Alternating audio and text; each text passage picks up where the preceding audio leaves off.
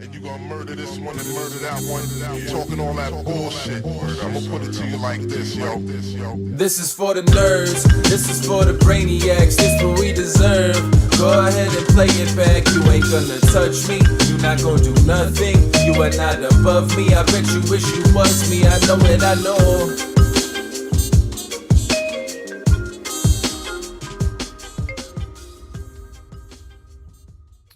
What's up, everybody? Welcome back to another episode of the Only Friends podcast. And baby, we are cooking today. It's 3/11. Happy 3/11 day, baby. Woo! Man. I can't talk.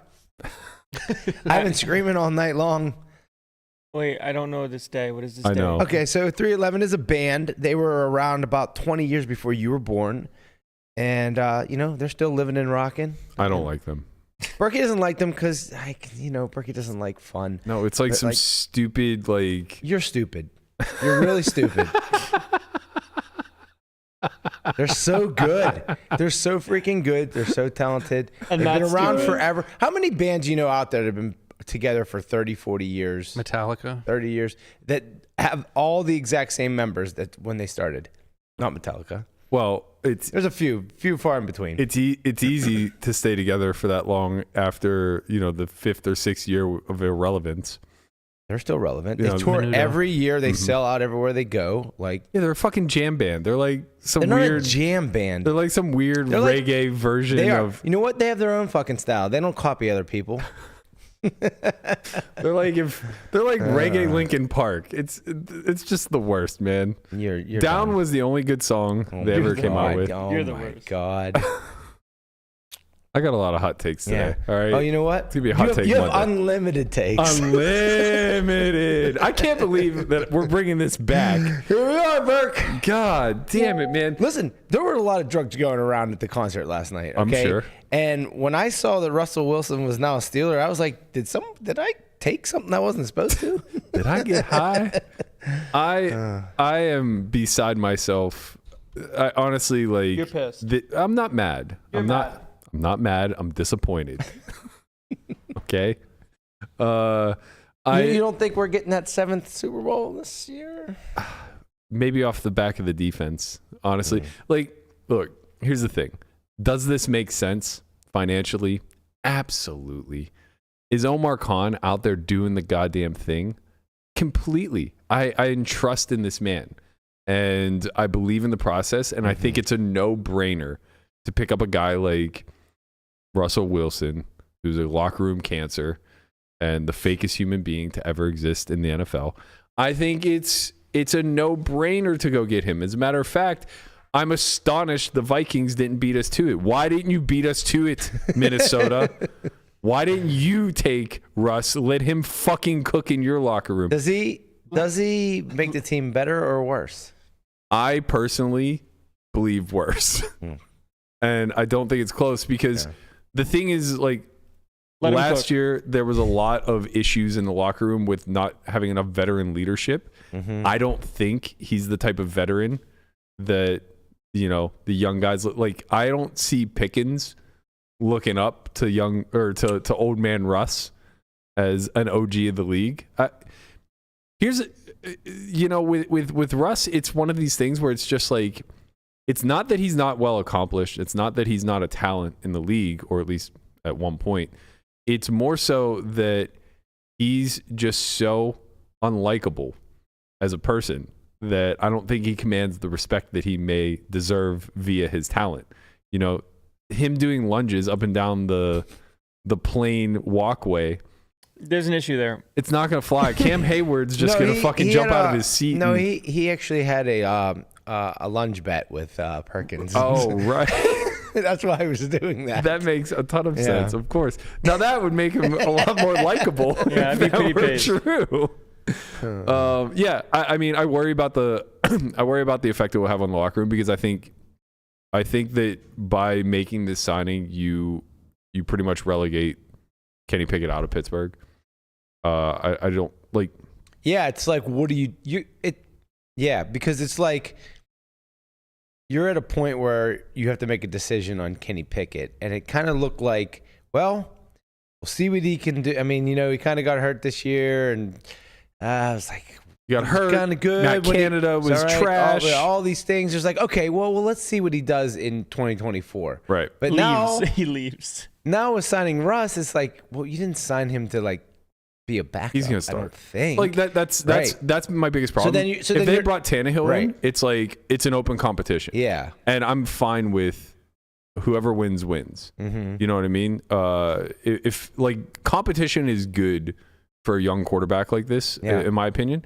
And I think like, if it comes down to him versus Tannehill, him versus Rudolph, like you're always going to have the backup be more popular amongst the fan base, which is crazy to me. The fact that there's anybody in like Yinzers are so fair weather in this regard. Like they're so loyal to a fault when it comes to the things that we're prideful Yeah, of. look like, how you're dressed. yeah, I mean, come on, bro. I'm fucking out here. It's middle of March. Like, we're diehards, but we're really fair weather whenever it comes to people performing. And no one likes Mason Rudolph. Literally no one. But why? But so quickly, I like him. you're the prototypical Yinzer. You are just him. You're that guy. You are he. What are you gonna do? Where it's like he comes in and the offense starts chugging along. It's like, oh, exactly. This is the fucking answer. He's just been sitting there the whole time. God. You also thought Trubisky had a shot, I hated Trubisky always. I also hated Trubisky. And Beyonce always. Not as a person. No, I'm as sure. but as a football player. Big Titty Trubisky, he's out there. I'm sure Yeah. he's a nice guy. Big Titty Trubisky, he's always frequentting the strip clubs. Is he? Yeah, Pretty really? that was like his motif in didn't know that. Chicago. Based. But yeah, like look, Biscuit. Russ makes the offense better. Plain and Has simple. to, right? Plain and simple. 26 touchdowns, 6 interceptions last year. He had a really good year last year. Great year. He had has more touchdowns than bathrooms. He had more. facts. He did. Oh yeah, the year before. That's right. The year before he did He had not. fewer touchdowns thrown than bathrooms in his home. Right. Yeah. You've almost forgot about the one. Look, it's pretty hit or miss. I hate Russ Wilson. That's the thing. Is that he was so fun to meme, and now I have to love him. Now you have to like him. I have to love him. You have to love him, right? Because You have to he's love gonna him, be yes. he's gonna be game one Borderline starter. worship him. Yeah, he's gonna be game one. So, and it's frustrating because like I do think that the system was built for Kenny to potentially have success this year in the sense that we have a new OC.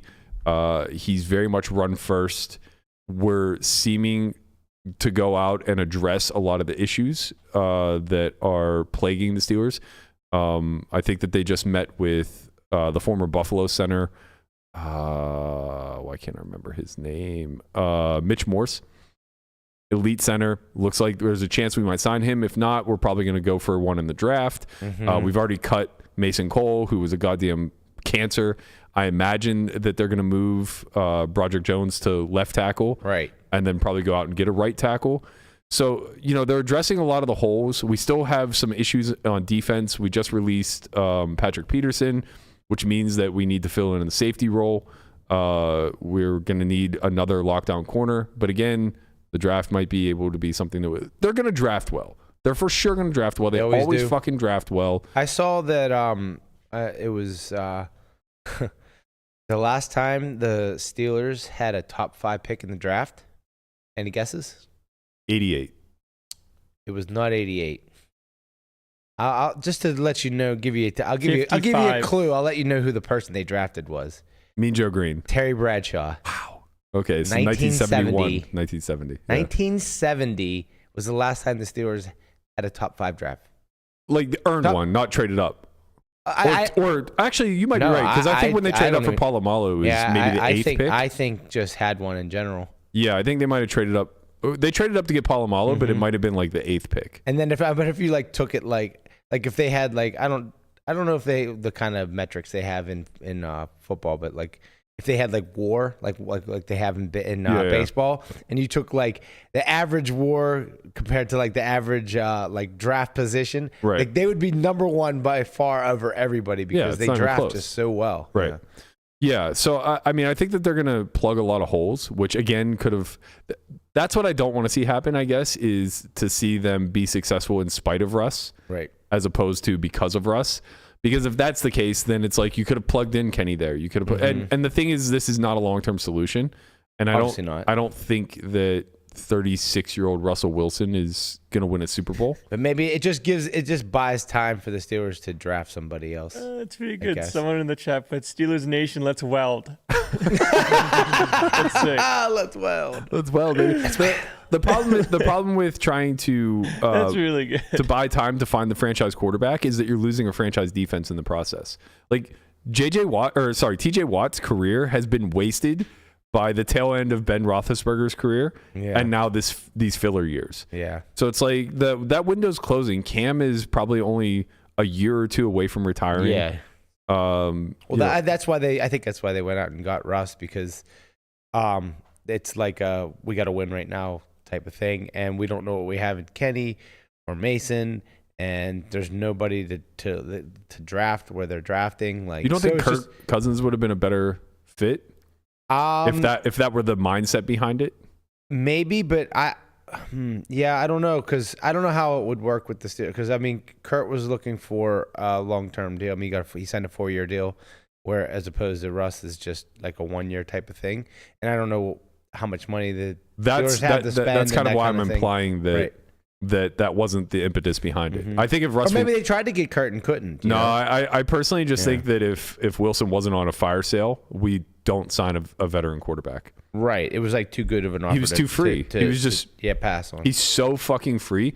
How many dollars was one league minimum? Kenny Pickett is the Steelers are paying Kenny Pickett more than they're paying Russell Wilson. And Mason Rudolph. Yeah, I guess. Yeah, he's not making league minimum. Yeah. But Russell Wilson's also getting an extra $38 million from the Broncos. Right. Yeah. So he's getting paid, but we don't have to pay him. Yeah, bro's cooking, just not in the Steelers' kitchen. It's free real estate. Yeah. I mean, here's the thing. Like, in some world, this works out amazingly because it. Not this one. It brings out the best in Kenny, and we see another situation with like Byron Leftwich comes to mind. The Steelers signed him late in his career, and he was just like one of the most effective backups that we've ever had. Yeah, outside of Charlie Batch. Charlie Batch, another good example, hometown hero. We signed him off of the Lions after he had like 6 or 7 years as a starter. Was a perennial backup for us for decades and was just elite at decades. Felt like it. Bro's still in the booth. He's still backing up from the booth. Yep. But like, stuff like that makes a lot of sense. I remember we signed Michael Vick to a 1-year deal. I forgot about that. So I didn't. I actually thought he was there longer. I have a memory of him having like pretty big impact on the offense when he was there, and I looked up the stats, and it just wasn't. I mean, he played really well in the 3 games that he got to play, but he only played 3 games, and it was his final year of his career. I thought he like went somewhere else afterwards or was in Pittsburgh for a couple years. Nope, just 1 year. It was not that long ago. I bet he could still go out and play. He's only 43. Yeah. I bet he slings it. I would take him right now over fucking Russ. Oh man. Man, I don't know. I feel down bad and dejected about this. I'm sure Yinzer's everywhere. I told Landon that today is a day of Yinzer cope.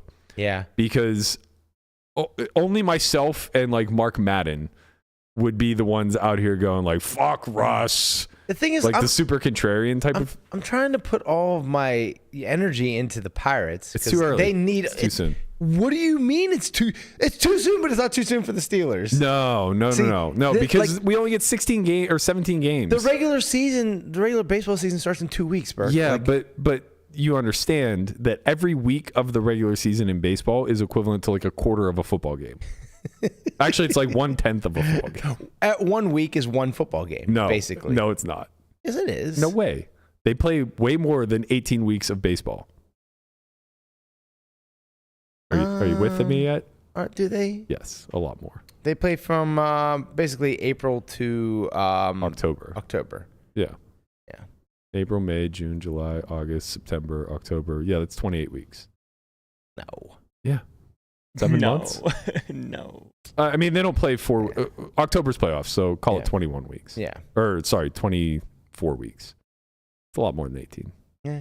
That's why I love baseball. Wish it was year round. All right. Oh, no, Cruz hit 2 home runs. I saw that. Yeah, I mean, cruise missiles, if you will. he's gonna hit a lot of cruise missiles. It's unbelievable.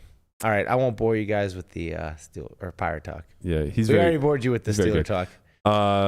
I would, if it were up to me, we would continue on with this, but we'll move on. There were a lot of other signings today that are very notable. Saquon's on the move. He's going to Philly. So Melissa, if you're out Go there Birds. listening, I know you're listening very closely. She is. Your She wants to backfield. hear the football talk. Right, yeah. She's a huge football fan now. Huge football Wearing fan. Eagle jerseys everywhere she goes. That's right. Johns. Yeah. Johns. Go Birds. Big upgrade. Kind of a homecoming for Saquon from Back to the Pennsylvania. state college-ish area originally. From Erie. No, Saquon? he's not from Erie. That's That's Connor. Connor, yeah, Yeah. who grew up a Pittsburgh fan, That's as he should. Yeah. Saquon's from Eastern Pennsylvania or That's Central Pennsylvania, one or the other. Anyway, Mhm. or actually, no, he's from Jersey, but he went to Penn State, I believe. Okay. Regardless, a little bit of a homecoming for him. Kirk Cousins went to Atlanta. Mm-hmm. Another big 4-year signing. deal, as we said. Yeah. Pollard went to Tennessee. Mm-hmm. 3-year deal, Which means $24 Derrick million. Henry's probably on the move. Derrick Henry's going to be on the move. T. Higgins requested a trade. Sorry, Cincinnati, but your window is closed officially. Yep. If people didn't know that, Conrad, if you're out there, it's over. Just pay up now. It's all over. It's over. It's over for you, buddy. It's Yep. done. It's been over. Been over. You hear that, Jamin? Cincy? Done. Devonta Smith, or not Devonta Smith. DeAndre Swift. DeAndre Swift went to Same. to the Bears. The Bears. The Bears. Yeah, so like the last of the major free agent signings for the quarterback is just Fields. Mm-hmm. It sounds like his stock just plummeted. They can't find a home for him. Don't really know where he's going to end up. I heard Mac Jones might be on the move. They're looking to send him to... The Packers have informed Aaron Jones that he'll be released, which makes sense because they got Oh, yeah, they somebody. did get somebody. They got Josh Jacobs. Yeah, Josh Jacobs. Yeah, from the Raiders. That's a big deal. Aaron Jones was very beloved in Green Bay. Beloved. He was. I know yeah, it's a very secret good. word. It was like But we're all getting older, Burke. We're all getting older. everybody's team on this We're all podcast getting made some moves. Mm-hmm. Yeah. You know, Nikki's team picked up Josh Jacobs. What about the Dolphins? What'd they do? Anything? They stayed put as they should. Yep. They're good. Stand pat. Yep. No need to make any moves in Miami. Pat on 1. We drew none. Use a 7. We stay. I like where they're headed. All right, let's get into some things poker. So coming into the weekend, obviously all the talk was Durr signing with ACR, as well as some of the debts that Peter Jetten and Haralabob had kind of brought up. It appears as though Durr has ended his silence. He did a brief interview with Poker News. I believe he's going on the Vertucci podcast today. Wow. And he's doing a whole press tour. Yeah, he did a real press tour. If you're easily offended, do not watch this. Do not watch it. But apparently his Twitter he was locked out of his Twitter or his X for quite some time while Peter and Haralabob were talking their shit. And Durr finally was able to get back in. I guess he had like 2-factor set up and he lost his phone in the process. So Durr just came out swinging, man. He went right at Haralabob. He said, for years, you talk shit when it was convenient for you. Almost every time you were public and I'd mention you weren't being fair, you'd try to push on a spot where we both felt I had some legal exposure. Not that I should have, but a lot of people were. Man, what is going on in these guys' life that they have legal... Like, I don't have legal exposure to much. No. Maybe not anything, to be honest. I feel like I need to get my hands a little dirtier, you know? Get a little grimier, bro. Yeah, I mean, I feel like we got to get in the weeds somewhere. All the money is made in the legal exposure realm. The legal weeds. Yeah, well, the great league. What do you legal mean weeds. by legal exposure? I don't know, operating in the gray, I guess. Doing a little something where you don't really want that to be public, I guess. Yeah. I'm not really sure. The really strange thing to me is that Haralabob and Tom just played together at was it HCL? $1 million. $1 Yeah, million they're playing that cash $1 million game. game. I couldn't imagine sitting literally right next to someone knowing that they owe me that kind of money and not reach over and just take his chips or hit him or just hit him in the mouth. Like I'm not kidding. Like I'd be so pissed off to be owed that kind of money, and then to have to sit next to them and watch them win these huge pots, and then not get my money. Yoink. I mean, it would tilt the shit out of me. Yeah. I mean, Bob was Geraldes. pissed. No, I mean, like, I dude, get that's it. a No, I lot get of it. fucking money. I get it. Yeah, for sure. Well, it's not to Geraldes, Bob. It's definitely just a penny in the jar. Sick if you life. will. I mean, he's incredibly wealthy, but that's neither here nor there. Obviously, I agree with you. And he mentioned that he reached out to Durr during that time and offered him a way to, basically pay back in small increments. Small increments, just 10 to 30,000 a month. Just make a payment. You deadbeat dad. Give me my child support. Just Jeez. $30K a month. I know. It's like having an apartment in New York. It kind of is sick because we make these numbers seem so small where it's just like, oh yeah, Big it's numbers. 350K, like whatever. But it's like, no, that's 30K a month for a year. Yeah. Like, can you afford to pay someone 30K a month for a year? Let me check that Bitcoin Quite price. pricey. Bitcoin is mooning. Maybe he's just waiting to liquidate, kind of cash out on the top. It's like once it hits 6 figures, I'll pay you. I promise. Right. But Derek continued to go on. Maybe he's deleted these tweets since. I'm not really sure. But he kind of indirectly threatened Geraldes, I guess, basically asking him how many bets was he making during his. Oh, here it is. How much action did you have on basketball while under contract with the Mavs? I wonder what contract and legal spots that could bring up. Does the same kind of stuff happen with your soccer team? So, kind of implying that he has privileged information that could potentially get him in trouble, whatever. I mean, he got a lot of pushback for this. Obviously, a lot of the comments are kind of just saying, like, you're out of line here, yada, yada, yada. But it all culminated.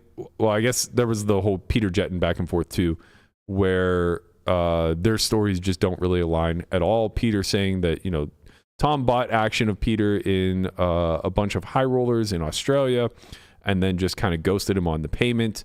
Tom was basically saying that there's a lot of details that aren't being divulged, and that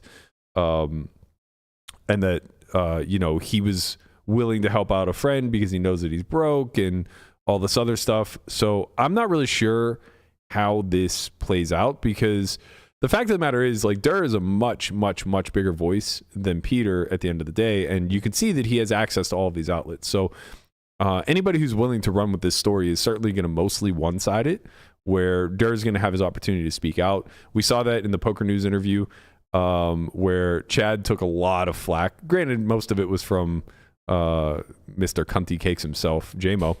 So, that's not really all that new. But I will say I did watch the interview, and like there were opportunities for Chad to kind of press a little bit and kind of dig, but he just accepted the surface answer of like, I don't want to talk about that. Or, well, it's like, well, what are you doing this press tour for then if you don't want to talk about it? Well, he it's kind of like, has to, Does he? Durr? Yeah. I mean, I think once you sign with like ACR and you have like, you're kind of like more of a public figure than you already were, because like you have like a company backing you now. Now I kind of feel like you're obligated to go out and, I don't know, right your wrongs, if you will. I would agree if it weren't ACR. Yeah, no, I mean, I get it, but it's still like, so like you're saying, if it was, I just don't think PR is really their specialty. Well, I don't think they give a fuck. What would make you think that? Obviously they don't, because they went out and signed him knowing. To be fair, he had kind this of hanging over his head. I mean, to be fair, he said that they had like inked the papers months prior, and it just so happened to coincide with Triton that they, it's bad timing, maybe, and maybe it's not bad timing. Maybe Peter knew this, because they were very good friends at one point. Maybe that's weird. They inked the papers months ago, but then only. Wanting to announce it during Triton seems smart. Oh yeah, that's true.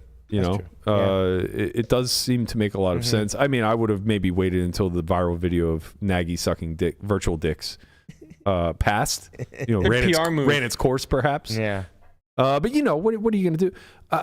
Look, at the end of the day, there aren't a lot of names in this community that this is like the dozenth time we've run this, and I laugh every single time, bro. How can and you the thing is, I don't even want to condemn Nagy for doing it because It's funny. It's jovial. Like, he's obviously having a good time. It is very self-deprecating. He's cooking. But it's like, you're a Is CEO. it self-deprecating? I mean, Is it it? is. He's sucking virtual dicks on camera, Guapo. What else could it be? Right. But he's implying that that's funny, and that may not be cool for everybody. I understand what you're saying. Okay, fair. Yeah. I mean, that's. Have we no humor Sorry. left? I'm just saying. You're not wrong. I mean, you're obviously not wrong, but like, it's not that it's because he's a guy doing it. If a woman were doing that, it would still be funny. It's close to me as Vertucci telling Garrett that he's on Grindr. Yeah. Okay, that's fair. All right, fine. My whole point is that it's just a bad look for a CEO. Yeah, Like, that's for sure. Like, That's you don't 100%. gain what you think you gain. Like, you don't become one of the guys. You didn't see Elon doing that? I could Actually, see. I Elon actually would do could that. see Elon doing it. That's the Elon thing. would do that. But it's also like, you like- wouldn't see Bill Gates doing that. Right. Right. It's kind of weird because it's like, on one hand, that's like Maybe Mark Cuban. no. And I think Mark Cuban's actually like the right barometer, Right. Because he's willing to be self-deprecating and be like But an everyman in a lot of But ways. he's very smart. He knows where the line is. Very calculated. He Right, doesn't of like, course. he'll let somebody mess up his Yes. hair on TV or Right. He's very, like he's the fun guy on Shark Tank. yeah. And, right, of course. But, I mean, like- they all kind of are, but yeah, but there's a specific line where it's just like, okay, well, I'm not gonna lower myself beneath the everyman. Right, exactly. He knows how to humanize himself. Yeah. But not to, like you said, not to the point where you're gonna do something like that. Yeah. So anyway, back to this whole Durr thing. I will say that there was something I did learn from the interview with Chad, and that's that Durr is seemingly doing something that's never been done before. He's a representative Paying of back his debts. Progressive Squid Game. He's introducing the progressive Squid Game. No, he's apparently representing 3 different online poker sites at once. Holy shit. So, He's got Poker King. That's one, right? Poker King, he still has the Poker King sponsorship. Okay. He's sponsored by Wei Poker or Wei Poker, WEI Poker, which I assume is Chinese based. Oh. Probably an app, if I had to guess. Multiple sources of income. And then he's now the face of ACR. There's no non-competes, huh? I find that to be very strange. Different markets. No, it's not. No, Tell us to them. it definitely is not. So Poker King. Oh shit! He just signed with Ignition. That's pretty good. Base tortoise. Poker King's market, specifically like WPT Global, whatever, like a lot of their market is the recreational Asian market. And then, you have to assume that Wei Poker or Wii Poker is also the same. But maybe, I don't know, maybe there's an overlap there. Maybe there's some sort of backdoor partnership between those two sites. I have no fucking clue. I'm just speculating. Yep. I just don't understand. I don't understand how you as an ambassador bring value if you are an ambassador for the competition as well. Right. Right? Like Tom Brady being the face for Nike, Adidas, and Reebok simultaneously doesn't seem like it has the same, oomph to it. Right. Like, did you see the movie Air? I didn't, but I need to. Okay, so it's if you have Amazon Prime, it's free on there. Who doesn't? Worth watching. Fantastic movie, by the way. Ben Affleck just knocks it out of the park. Really great. And Matt Damon's obviously wonderful as always. But the whole point is like this entire movie is just set up to back whenever there was a real arms race for the sneaker space. Reebok was like the king, right? No. Reebok basically didn't I even think exist. he originally wanted to be with Adidas, right? It was Adidas. Oh, Adidas was the king. Adidas was Okay. like massive in hip hop culture. Run DMC. Yeah, right. It was basically like free But I advertising. thought like when it came to basketball shoes, I thought Reebok was like Basketball before shoes. Nike was the top. No, think it was also- Reebok was running shoes before Nike took the top. Oh, okay. But by the time Air came out, Nike was the top running shoe. Adidas and Converse were like 1 and 2 for basketball. I think Converse was slightly ahead, or at least they Yeah. had bigger stars. Yeah. But everybody wanted Adidas because of pop culture. It was just like, Right. it was in everything. And this movie was like an arms race to basically upset that. There's no world in which Jordan comes to Nike, makes them the biggest shoe brand on earth, and then also just like, dips his toes in a little bit of Adidas, Right. a little bit of Converse. I'll give you guys a little. We got the Jordan brand over here, but you can have the Jordan face over here. Right. It's just like, well, Imagine that's not Jordan really a doing like a Skechers commercial. thing. Him and Tony Hawk. Yep. So I mean, like, it's very weird to me. Everything around Durr, there's like so much allure, right? Because there's so much. I guess there's just like so much unknown post Black Friday.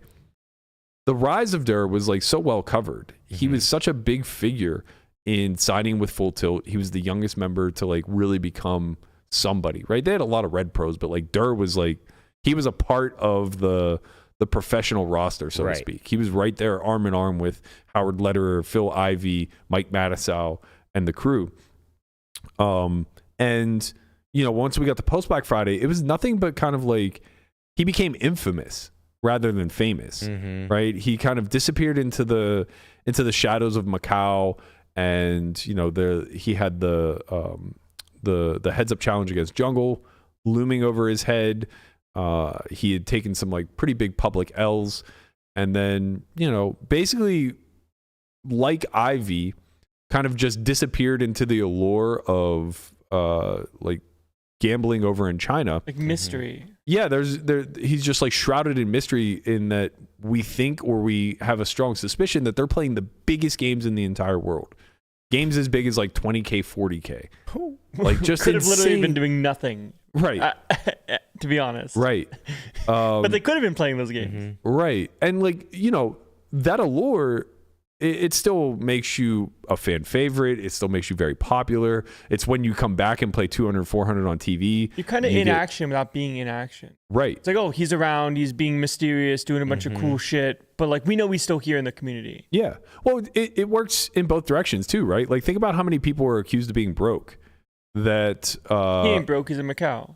Well, no, I'm saying the opposite of it. Like the allure around Durr was that he was just this like nosebleed gambler who's playing the biggest stakes in the world, and we can neither confirm nor deny. But think about how it works in the inverse. How many people are like public figures that are just accused constantly of being broke, and that's the allure around them, right? Like even myself to this day, just because I publicly said that I went on a $5 million downswing while being backed in 2016, to this day, people think that I'm like 5 million in debt. Yeah, no, right. And they also don't hear the I went on a $6.5 million upswing immediately after. Right. Yeah. It's just literally Berkey owes everybody $5 million, blah, blah, blah. It's like, yeah, whatever. But the point is like that allure is forever it's present. nicer for people to think you're broke and be rich than people to think you're rich and be broke. Yeah, but you Yes. want people to That's think for you sure. owe money. Like, Of course. Right? But I mean, I'm not saying there's a better or worse, but I like, think both are pretty good. If you're broke and people, I'd rather be rich and have people think I'm broke. Yeah. sure, but like there's really? no shit. But there's advantages to both. Like if you're broke and people think you're rich, you have a ton of lending power, and that could potentially be something that we see. And that would happen here. with like something like Patrick Soda, the whole crypto stuff, or a little bit different. Well, not just him. I mean, there are a lot of people that But like were believed to be crypto rich and had extended way, way, way too long of a line of credit. I'm overextended by a lot. By about 100x. Yeah. For poker? So yeah, I mean, I think that like in this space that could be potentially a lot of what's going on. Like I imagine that, we always run the thought experiment of like how much could you steal through loans and what have you, selling whatever Like how much it can is. you swap in the main? Yeah, like how much could you get away with before people caught on and started to out you? And it's like, well, the bigger the name, the bigger the number, right? Like I think I could probably get away with a couple million. I think Dirk could maybe get away with like 20 million. Probably more. Maybe not though. That's a lot. Maybe not, because once you start to get in figures that large, you're taking too much money from one individual, right? Like if he owes like say Haralabob 2.5 million, that's not just going to get swept under the rug. Haralabob will talk to other wealthy people, find out that he has debt with them. By the way, this is all speculative. He doesn't do these things. We're just playing the thought experiment. Yeah. So like maybe that number actually is capped. It might be a lot smaller, but the whole point of it is that this like shroud of mystery around this character in this space who's been such an impactful part of kind of like growing up in the scene. You know, he's our version of a child actor. And, you know, the evolution from being the online next up and coming thing to then transitioning into live nosebleeds in, you know, these games that nobody has any access to, nobody knows what the hell's going on, to then, you know, kind of reemerging in Triton. I think him and Phil basically, you know, kind of wanted to help Paul get this series off the ground. They were a lot more supportive there. They were a little bit more public than they had been in years past. That led to what I believe to be the Poker King signing. Both of them are Poker King ambassadors. You know, getting Phil to do anything publicly is kind of like leading a stubborn mule by the leash. But, you know, he shows up and folds for a few hours before wandering off to the sports book. So now, like, fast forward to all this, it does seem strange to me that he has 3 different groups that he's representing, but it doesn't seem to affect any of them in any sort of negative way. And it doesn't seem like they care to kind of address the negative public image of Durr right now. So I don't know that anything comes of this. I guess that was a long-winded way of saying, like, this may just be settled as far as we're concerned. You know, this isn't the first time Haralabos kind of alluded to Dwan owing him this money, and nothing ever came of it in the past. The public pressure type of thing, I think when you're in a situation like Durr's in, only starts to be effective if it cost him sponsorship money or other opportunities. And as best I can tell, the way that his life is kind of structured, he's impervious to this, right? Like, he's not getting kicked out of the Macau games. He's not going to get put out of action. He's not going to stop playing Triton stops.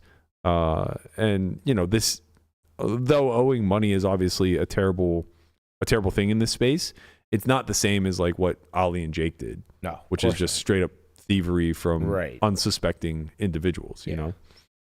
So yeah, I don't know. I'm not really, I don't, you know, this isn't just my bias talking, but I don't exactly have high hopes of a lot of information being divulged on the Vertucci pod.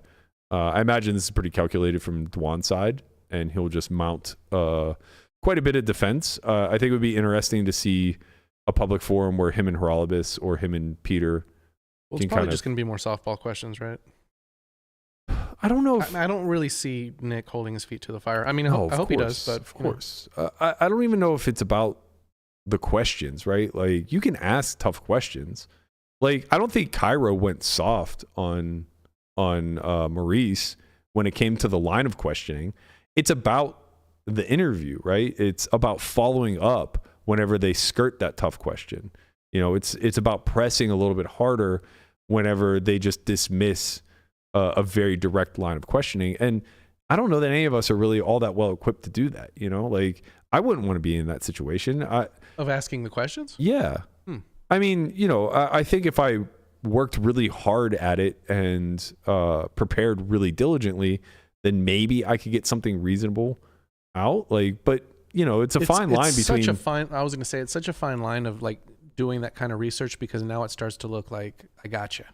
Like, what do you say about this? Well, even beyond even if you manage to not, I gotcha somebody. Play both sides.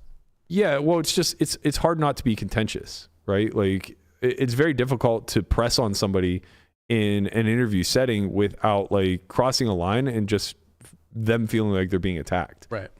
So I mean, I don't have a background in this. As far as I know, neither does anybody else who's propping these up. So it's like, you know, we trust guys like Joey to go out and do this type of work. We trust maybe other voices on the mic. Like, maybe people are looking at us to do this kind of stuff, but like, I don't think any of us are qualified, to be quite frank.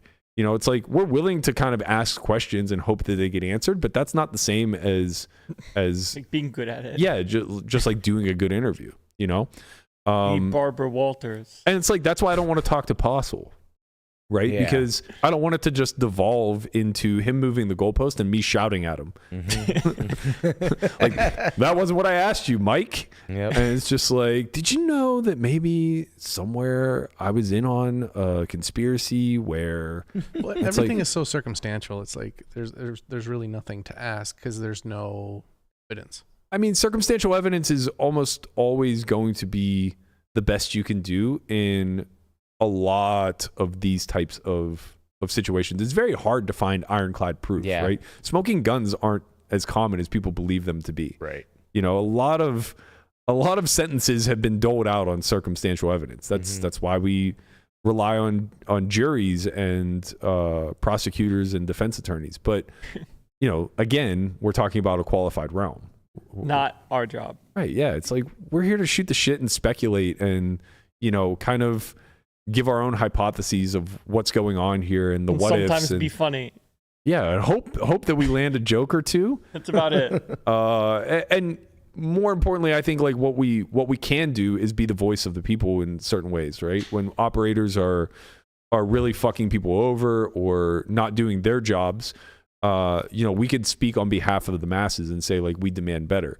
And I think that we can apply public pressure like that as well whenever it comes to, you know, cheats in the community, people who aren't paying their debts. But it's much more of a public service announcement, right? It's just like, hey, be cautious because the rumors are, and they're substantiated by person X, Y, and Z, that this person is a bad debtor. Yeah, I mean, there's really no justice system in the poker world. No. So you need to just all you can do is name and shame. Right. Yeah. You just need to inform the public as much as they can, so they can kind of police themselves. Right. And that truly is what this boils down to, right? Mm-hmm. Is everything needs to be self-policed, and we have to understand that we're very self-contained in this community. So it's like, okay, if Dur wants to go out and, you know, speak on his own behalf on these public platforms, he should, right? Because it's a smart thing to do. At the end of the day, the whole thing that you are trying to accomplish as an ambassador or somebody with a name in this community is swaying the public favorably on your side, right? And I would highly suggest that Horolibus does the same, and Peter.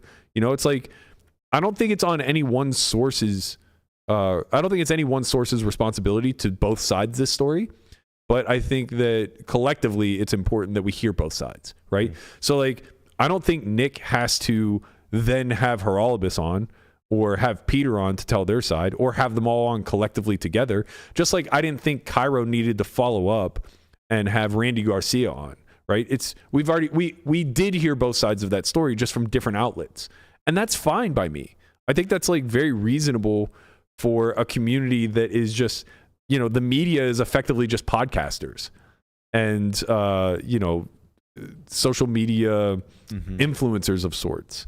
And, you know, to some degree, high level poker players, depending on like where you're getting your information from. But getting both sides that way is totally fine. And also just like, you know, them just saying their piece on Twitter for everybody to read, that's going to get, and this is no shot, but like that's going to get way more traction than Vertucci's podcast, unless it gets like, you know, clipped out and spread virally.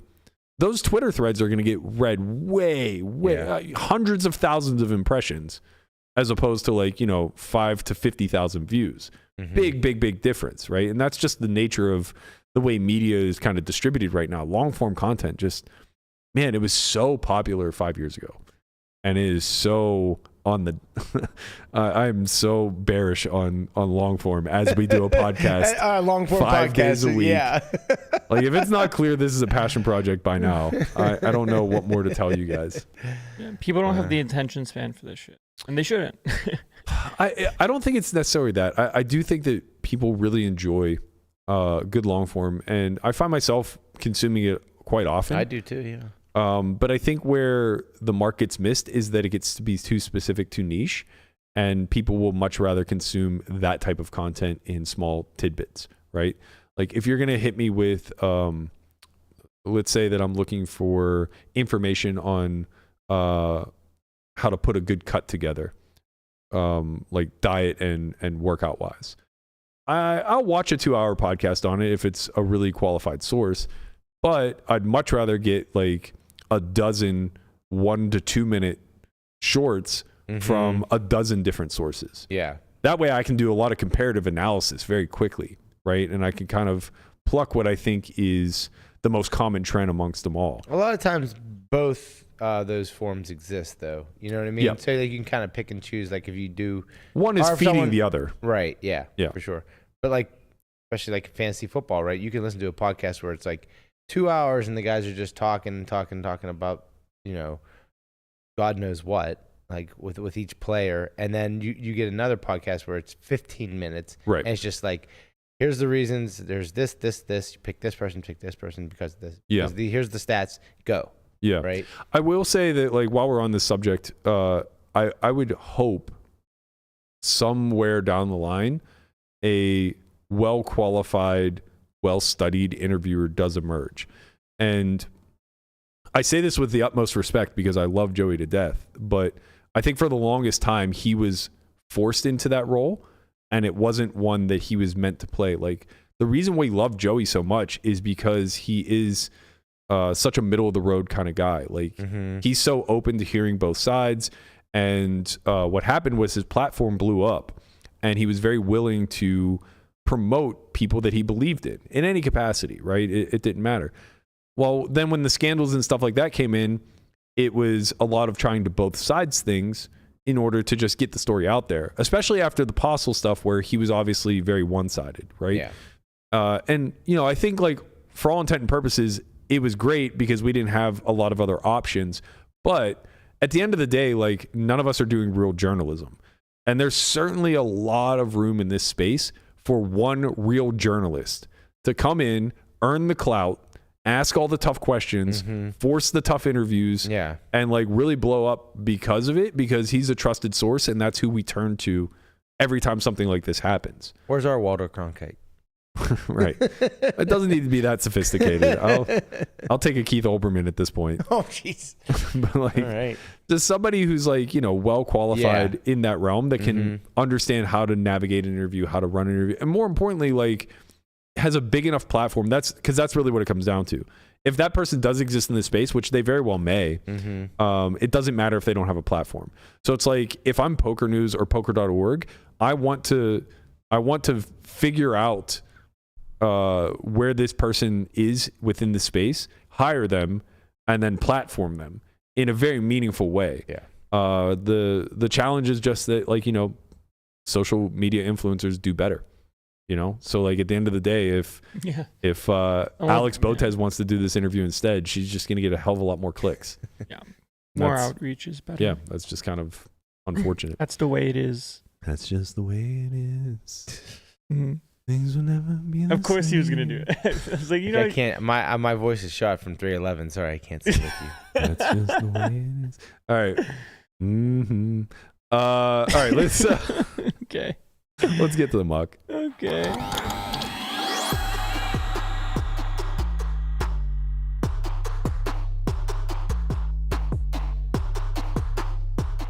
All right, here we go. Our old friend Zeus. He's back in the muck. Happy birthday to Zeus. Happy birthday. Happy birthday to Beans' son. Yep, so Zeus, he's over at Venetian playing the old 3-5 game. And we'll just go through the hand first, and then I'll give you his thoughts on the player and such. So cutoff opens to 35. He has 6-5. Andy has 6-5 of spades on the button.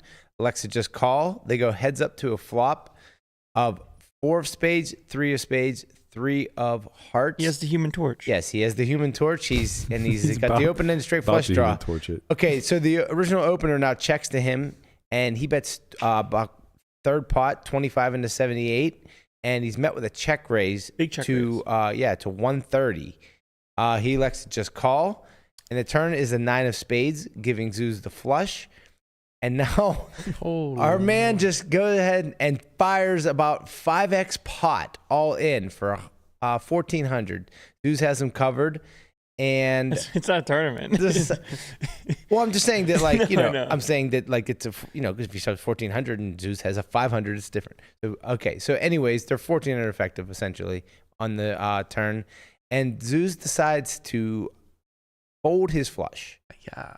So he said that this guy that he's played with a bunch of times, he's very obnoxious kind of player. He's likes to partake in the tequila shots. Okay. Right. So he's always drinking.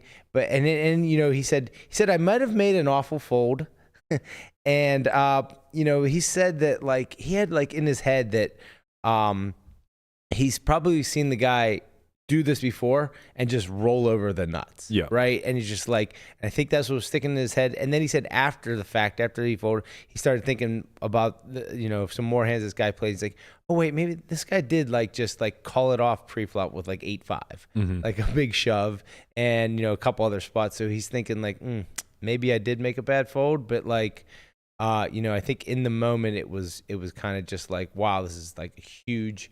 I just have, a small flush here on a paired board and, wasn't sure what to do. So that's where we land. I guess there's a, it's obviously the river or the turn bet is kind of like the big decision point, but might have been there might have been other spots throughout the hand that he could have played differently. I think there's a lot of decision points here. I think there's a lot to discuss. A lot going on. So this, from the meta standpoint, speaking to Andy's reads on the guy, this reminds me of Bob the Builder from Salamanca. Is that the guy on your jacket? No. This is Steely McSteely. Right. Okay. Bob the Builder. You remember Bob? I know Bob. The viewers at home do not, but I'll describe him to you. Yes, they do. Yeah, they probably do. So Bob the Builder was the loudest guy in the casino. He would come in already a little tipsy before he even got there, and he would slug beers. I mean, like all day, every day. He's just ordering tall pints of whatever they got on tap, and I mean, he was like a 2-swig kind of guy. They're just down, right? So we're talking this guy would, manage to hammer down a case and a half. Now, whether they were NA beers or not, we'll never know, because I personally believe that he was putting on a show. And I always believe that because he was a sick fucking nit. Like, he played a lot of hands pre-flop. He was actually a lot like Airball. Very, very similar to the Airball persona as well. Sick action pre, but then insanely tight when big money went in post. Okay. And it was always nutted. Right. And I think this archetype is very common for the loudest guy in the room who's trying to present as being a ton of action and a total shit show. There's actually someone at the Jewel that I played with like that, and I was literally thinking as I'm watching him play, and I'm just like, wow, this guy just like, he's Mr. Action. He's always talking. He's just, and talking about how I'm so much action. I want people to be action with me.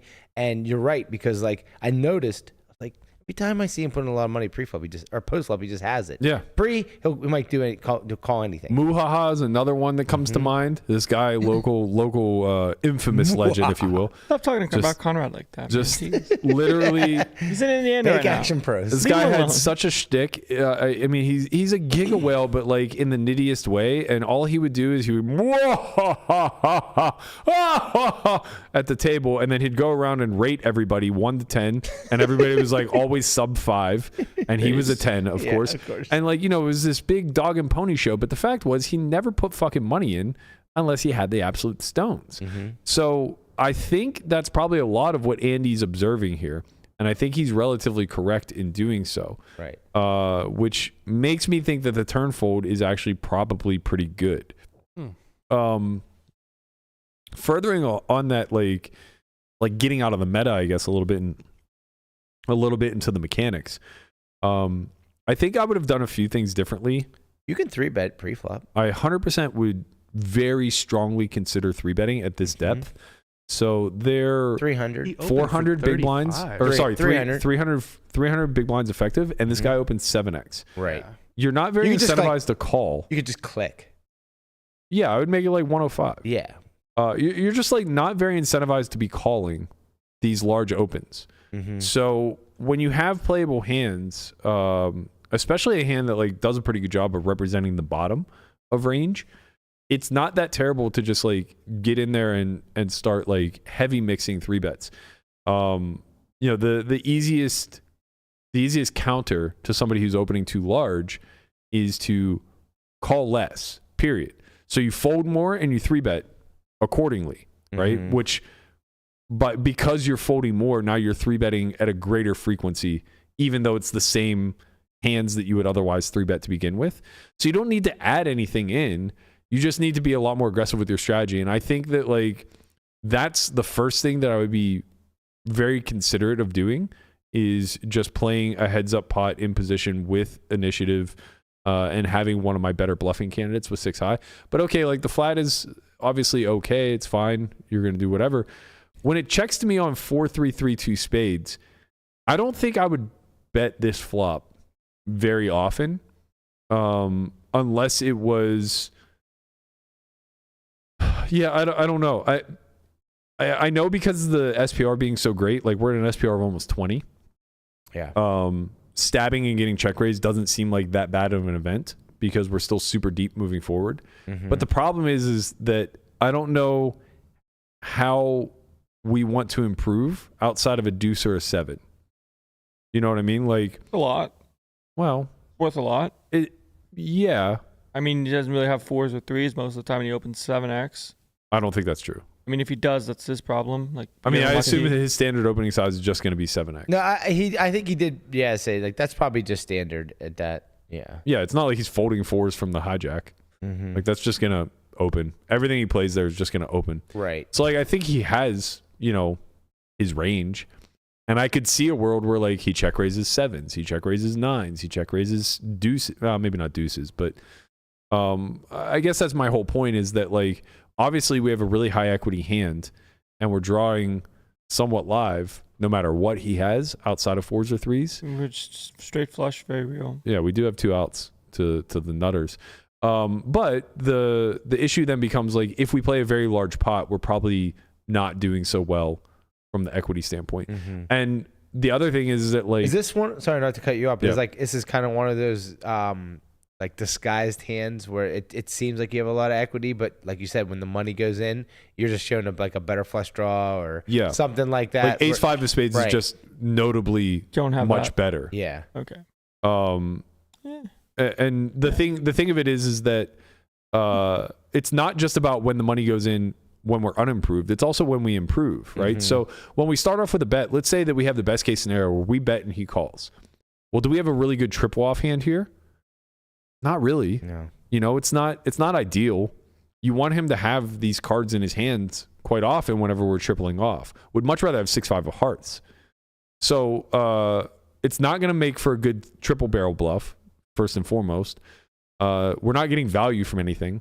Nothing worse is calling, right? There's no worse flush draw. We literally have the nut low flush draw. Yeah. And not much better is folding for third pot here. Like, I don't think we're getting very much ace high, king high to just check fold. Mainly because like those hands probably just stabbed to begin with themselves. This is a really advantageous flop for out of position.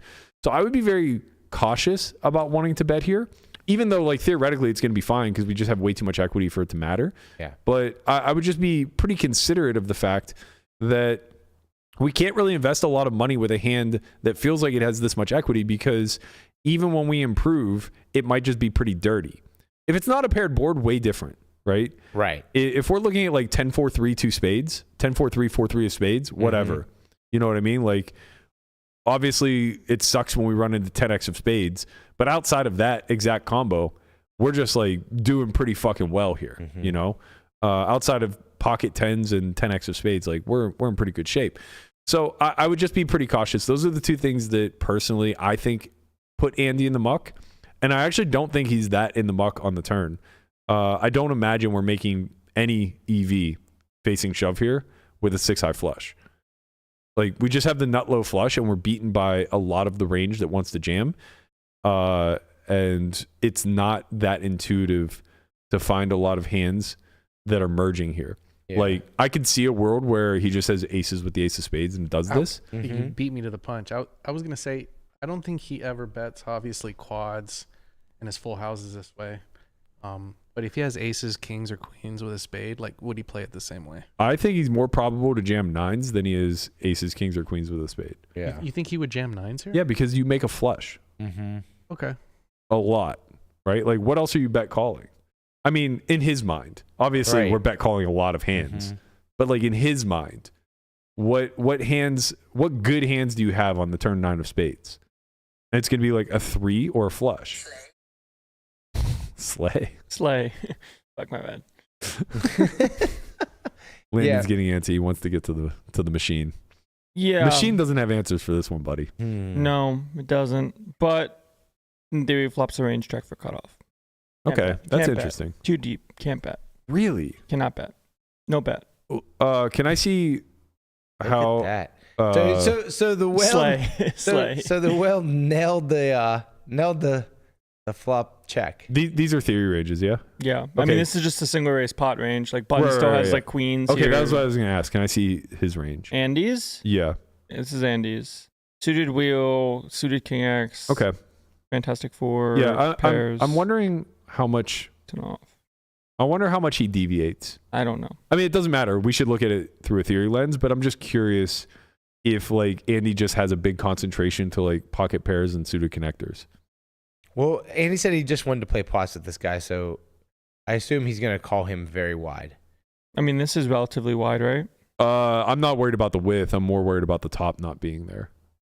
Right. Like, does he have queens and jacks? Oh, you're saying queens, jack, ace, queen, ace, jack suited. Like, are you saying like all of those just fall into just 3-bet? You don't have to paint, Landon. Why not? I'm not asking you to paint. I'm just saying like, if he perceives this guy to be whaley, oftentimes what happens is we bastardize our own range, where we start to extend the value that we're willing to 3-bet him with, and then convince ourselves like we want to play a lot of pots against him. So now we start calling, like we fill in all of those value hands with like really trashy hands. Yeah, you can bet a little bit now. Yeah. They don't have the top. Like, we don't have. I just took away ace, king, queens, jacks, tens. Like, part of the reason you can't bet is because like you just still run into queens and it's kind of annoying. Yeah. But like, I'm assuming Andy's gonna pure 3-bet queens versus the guy. I think he would too. Okay, so 6-5 suited, probably leaning pretty heavy bet here. Yeah, mixes, like for the reason you're talking about. Okay, so diamonds actually it was hard on the actual flop, but yeah, as I said, would rather have the back door. Yeah. Yeah, so nailed it. Congrats. Congratulations. Just saying. Congratulations. Range bet cutoff bet. Just check back. Sure. Well, it checks lower, a lower amount of the time with like the better ranges because we can just bet queens, so like we don't worry too much. But we'll just use this range from now on. But theory size is 40. He goes 33. It's not a big deal. And huge brain trust. The difference between 33 and 40. So we go for the bet for the smaller. How much is it different? I think we bet a little bit. We bet a little bit more. I think the bigger difference is just the SPR manipulation. Yeah, I changed that already. Yeah. No. I mean, like I think 40 just starts to lower the SPR a little bit more. I mean, yeah, it's a 20, but sure. Like, right. And then his check raise size should be like 50%. He goes a little bit bigger, right? He check raises to like 26 bigs or something. We're just going like 25. This happened. It goes so fast. Look how fast. This used to take so long when I was like playing online cash, and now it's just right here, right now. It's just right here. Yeah, you always peel. Sure. You never play a click though, because it's like you're risking too much. Yeah.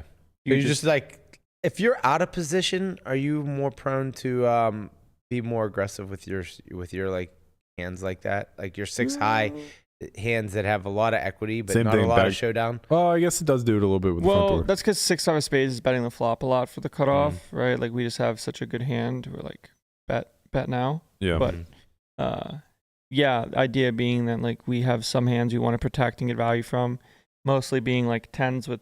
I always fuck this up. It's always like it's never easy where it's like, oh, like tens you don't want to have a spade even though you can make a flush if they somehow peel, and you just call with the 10 of spades because you have more equity to like check call down, but like you can check raise with the 10s no suit because if they fold that's great for you, and then like if you spike a 10 of spades you cooler them very hard, right? But like 9s it's like, oh, like 9 of spades now you want it sometimes, so who really knows with the machine.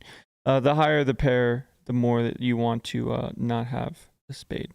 Like queens you can do check raise, queens no spade. Anyways, he goes for check raise. Andy does not play any clicks. It doesn't really benefit you very much. Like even though the EV of like clicking a hand like 6-5 of spades is gonna lose like less than a big blind if you wanted to do it because you have so much equity. Not really the point, if you will. Like kind of makes your range really really icky. So you call Turn is a 9 of spades, and then the machine. Here's where everything goes into the. Here's where everything breaks.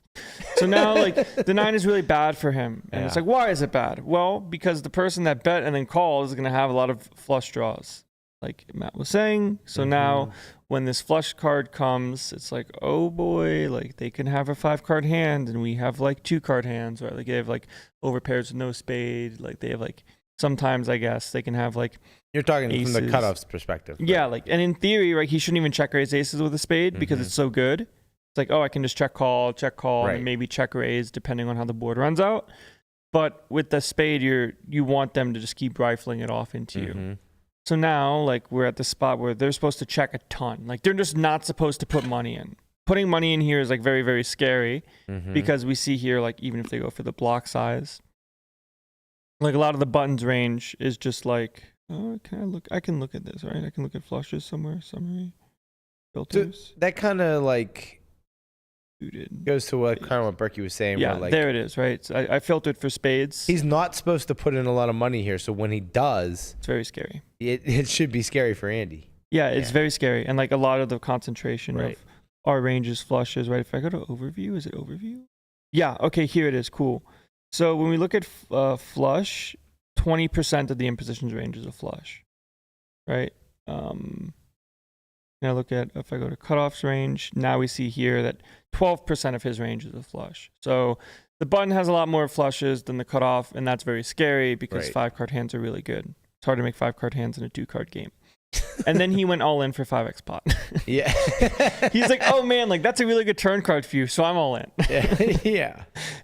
So like this doesn't exist, right? And I think that's kind of like what Andy's mind's machine's thinking. He's like, broken. oh, that's a good card for me, obviously for his hand specifically, but for his range, of course. Yeah. And then the guy responds with this 5x shove, and you're So like, what you can take away from this It's just is busted. Look at this. Ace jack of spades busted. well, right? It's busted.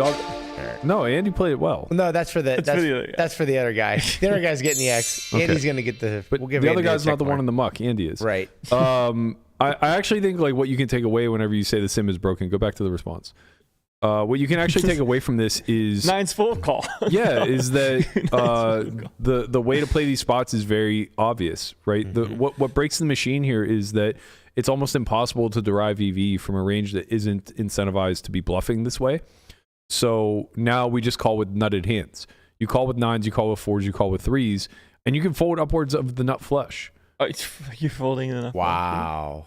Right? It's just like if you have the nut flush and he jams, Right. What does he have? what does he have? Right. Full house. You It's not have to be hoping for He goes right full out. right. Well, I mean, it's He true. doesn't have aces with the ace of spades anymore. He can't. Right, it's true. You're just like expecting Yeah. a brain aneurysm in order for you to win money here. Right. You know, and I know this is really insane, but Like how insane is it? yeah, This the, is an the problem opposite. is This is an opposite of just pay I was hands. going to say we need a different graphic for don't pay.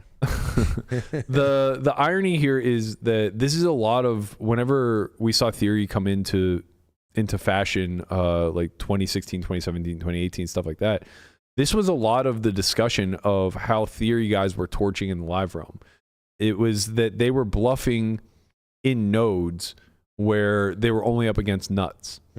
And the discussion was basically that if this is the case, if this is the way that you're rifling off 200 or 300 big blinds and you're getting called at too high of a frequency, you can't make that money back, right? These bluffs are losing a substantial amount of money, and you don't have enough nuts to complement them because the range that you're up against is too nutted.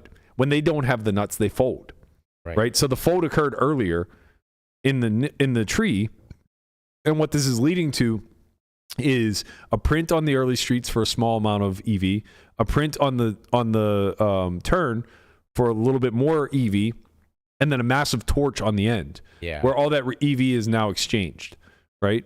And the criticism of the children of the Sims, the Landons of the world, the reason why JBEX is a betting favorite is that they lacked the nuanced understanding of live and how decisions move through the tree to be able to let off the gas whenever they've funneled their opponent into only having a nutted range. Now, what we're seeing here is the inverse of that.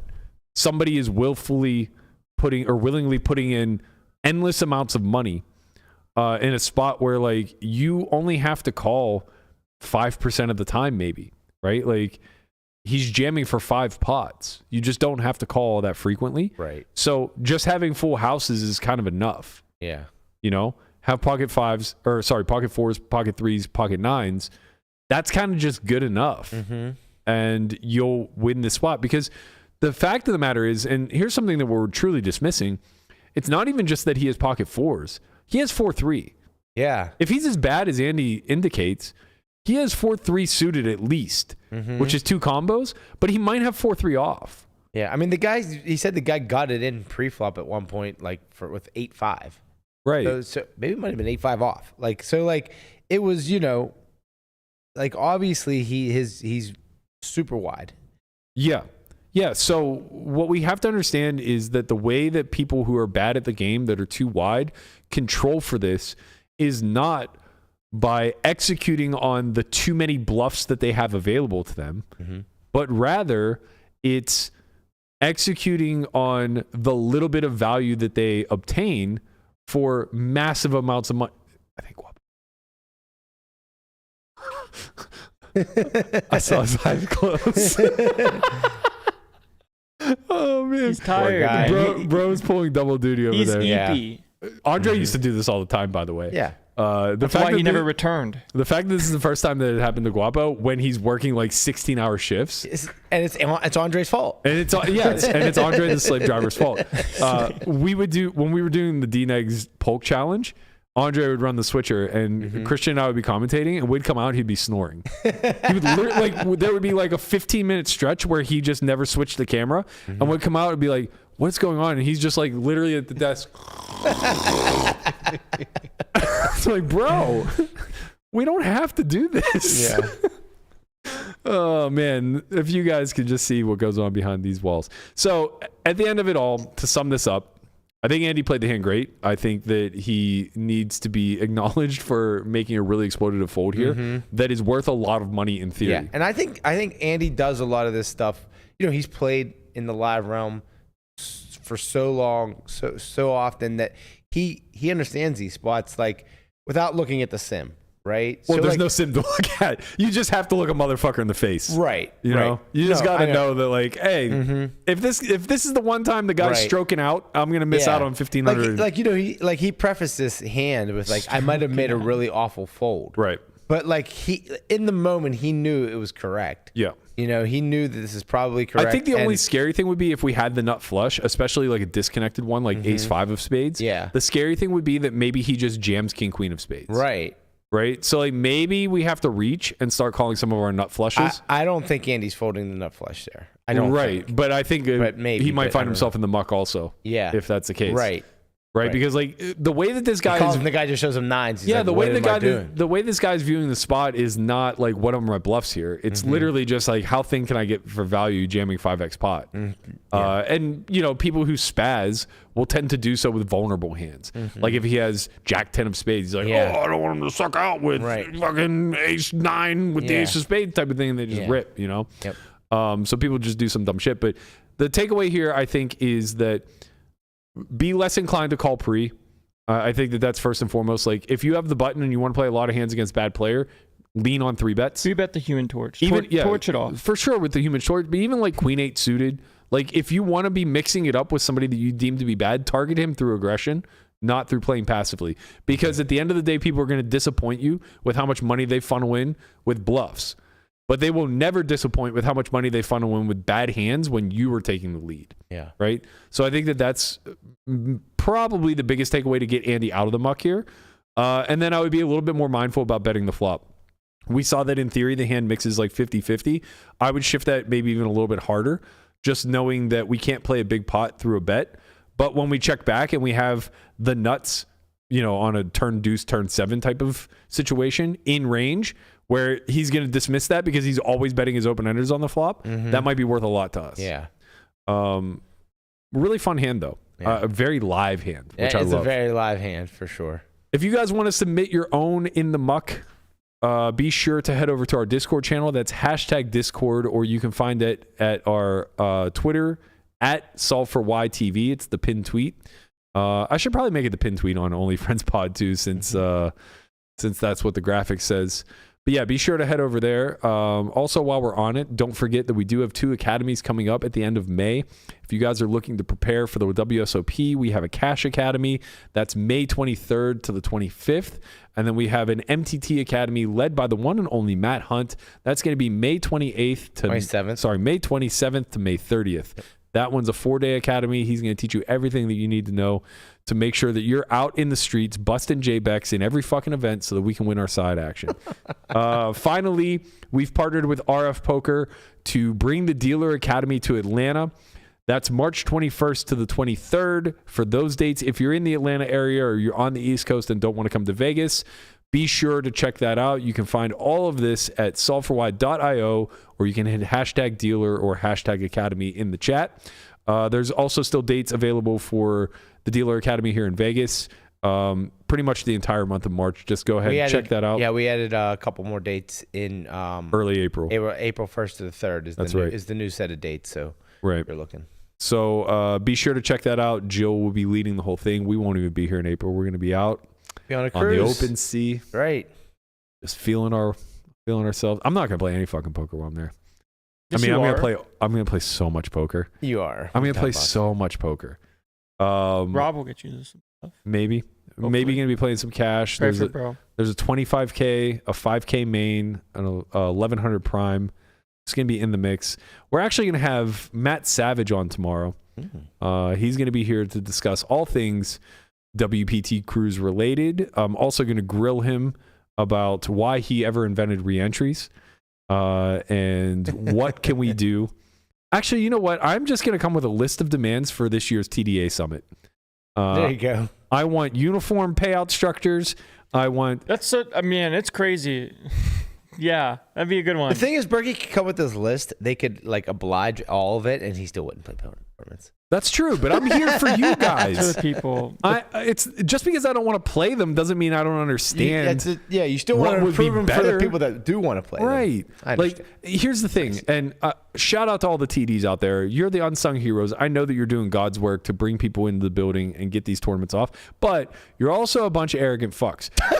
Every one of you. Jesus. Every one of you. Here's the thing. At the end of the day, escalated quickly. Well, look. At the end of the day, all TDs want to have the unique thing that is their thing, right? Like they want to be like, I'm the guy who added the 500 level, or I'm the guy that found this unique way to like do color ups, or what. Everybody wants to put their little fingerprint on the structures that they're running.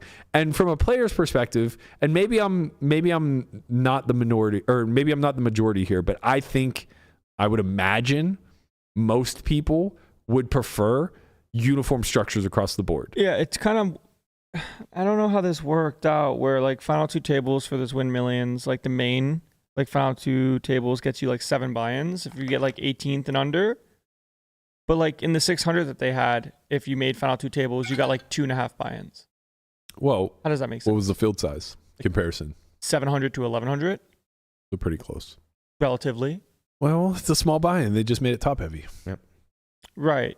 Why are we doing that? Bigger numbers, bigger prizes to vie for. Yeah, look, I don't know. But you see what I'm saying? Like, it's not a uniform payout structure between the 600 and the 3500. I will say that. Like there's ways to make it just percentages based off of entries. Right. Like 0 to 499 gets this, 500 to 1,000 gets this. Bro, you're preaching to the choir. I know. Like, I'm part of the choir. This is what I'm saying. Like, TDs, they always want their own little magic touch. They want to have the fucking golden rule and like all these other things. The golden ratio? Yeah, the golden ratio, whatever. I wish it were the golden rule, because then we'd have uniform fucking payout structures. Treat payout structures the way you want to be treated. Right, exactly. You get final 2 tables, how many buy-ins you want? Precisely.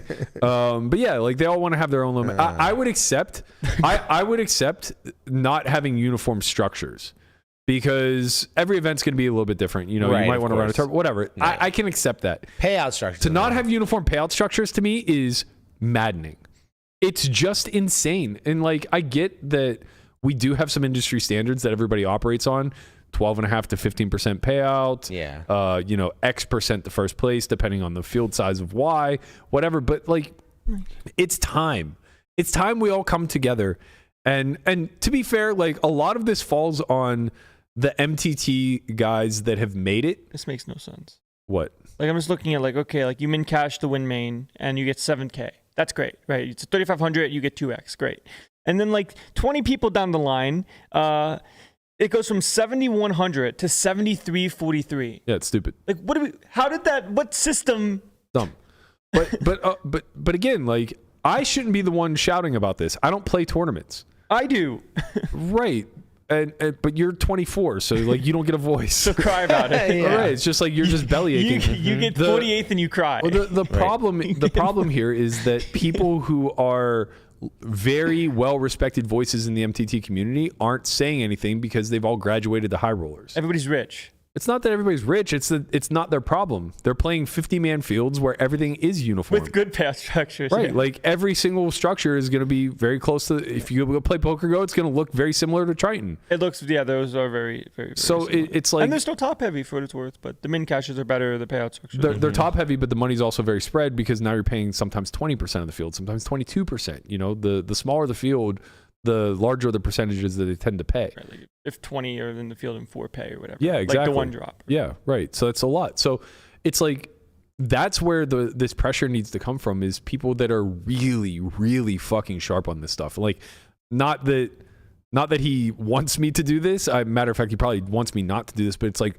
Pads is a guy that I would look to for all of this, right? It's like if I want an ambassador of somebody speaking for the masses in a specific realm that he's sharp in, aka MTTs, I want it to be Pads because he's very thoughtful about this stuff. He spends time kind of like going through the nooks and crannies. Yeah, and he'll play out, things literally based off like what he thinks his ROI is and like how worth it is and things along those lines.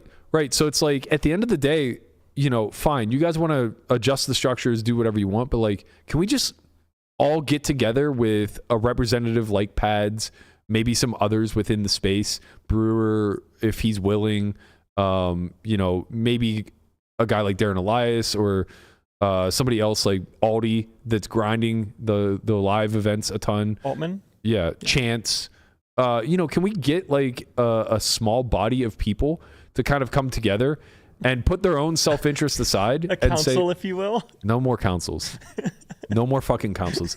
This is just a one-off where everybody sits down with the TDs across the fucking world and they say, look, this is a payout structure. Like the Players Association? What? No, it's not. It's a one-off, man. One fucking time. But like every year they come back? No. We don't need them to come back. That's a TD summit. Yeah. One goddamn time. Everybody gets in the same room. Everybody agrees that X% should be paid to first. Payout structure should be flat. Making the final 2 tables of a large field event should be worth a lot of fucking money. And we all move on with our lives. And that just becomes the thing moving forward until it's broken again. And when it's broken again in 20 years, whoever the fuck is good then can be the new guy. I think for something along the lines of like, call it main events, like not the main WSOP main, because they've kind of like jumped the shark in the sense of first. That's the worst payout structure in all of poker. But that's never going to change, right? Because first was 12.1 no, million. it has to change. It won't. It will never change. This is where I'm going with this. Where I'm going with this is like it can change in these kind of events where like first in this 3,500 is like 600K. But if we standardize everything and they bend the TD's arm to our will. But Jack's not going to do that. You guys should save this bend his conversation arm to our will. for Matt tomorrow before Guapo falls asleep. It's just like, it's like first was 400K, but then like the final 2 tables and up had like sick pay jumps and good ladders. Like people wouldn't know the difference. They wouldn't be like, oh man, it's only 400K to first. Right. It would just be like, oh, like look, if you make a deep run, you actually get paid a good amount of money. You bet me it was going to be $1 million to first. That doesn't mean 900. Yeah. If it was a WSOP event, it would have been. No, if it was at the Borgata, it would have been. True. People don't travel to Vegas. Well, there's also other stuff going on, but yeah. Yeah. Fair. All right. Let's get out of here. We're done here. We're done here. We will have Matt Savage in the building tomorrow. Look forward to that. Before we leave today, I want to take a beat.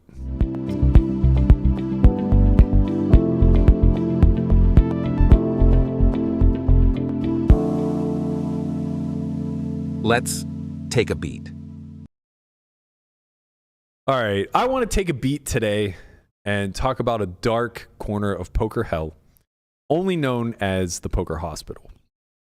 At one time or another, every serious professional and amateur alike will be afflicted with an illness so dire that only the help from a medical professional, a mental health professional, can bring them back to earth. An extensive stay in the poker ICU in order to let the fresh wounds of your aces getting cracked for the 7th goddamn time in a row finally heal. I mean, seriously, how many times can I get it in good only to get kicked so squarely in the nuts time and time again that I'm forced to reevaluate every life choice that I made that lead me to this moment? Preach it, Burke. Fear not, for this does not have to be your fate, at least not permanently. There's an entire world out there full of sunshine and rainbows, birds chirping, children playing, and top set fading the one-out quad draw. You see, the poker hospital isn't exactly a place, but it's more of an idea or a state of mind. A forced reminder to step away from the daily swings and take inventory on all the freedom and happiness this mindfuck of a game has afforded us. It's an opportunity to build our tolerance for risk, to further callous our minds, to heal and rebuild if necessary. And it's often necessary. In order to come back more dangerous and more resilient than ever before. This time, we'll be the ones shrugging? Oh, yeah, okay. Sorry. Missed my own words there. This time, we'll be the ones shrugging with a wry grin saying, just lucky, I guess, as we quad over quad someone in a 2,000 big blind pot. Another life ruined. For you see, the game is the game and it truly doesn't care. Not about you, nor your outcomes. It fairly doles out pain to every individual courageous enough to throw their hat in the ring. The winners are those who are willing to step back and separate the hand-by-hand, session-by-session results in order to have a bird's eye view and see the year-over-year profits. That's a superpower. To the mere mortal among us who feel every beat as though it's life choosing to punish them with another 10 lashes to their already scarred back, may you persevere. But should you ultimately succumb to the final blow that sends you to your knees, praying for a way out, may I suggest a room with a view. You'll want to be comfortable during your extended stay. That's going to do it for us today. We'll be back tomorrow, noon Pacific, with Matt Savage. We'll be talking all things WPT Poker Cruise. See you guys all then. Peace.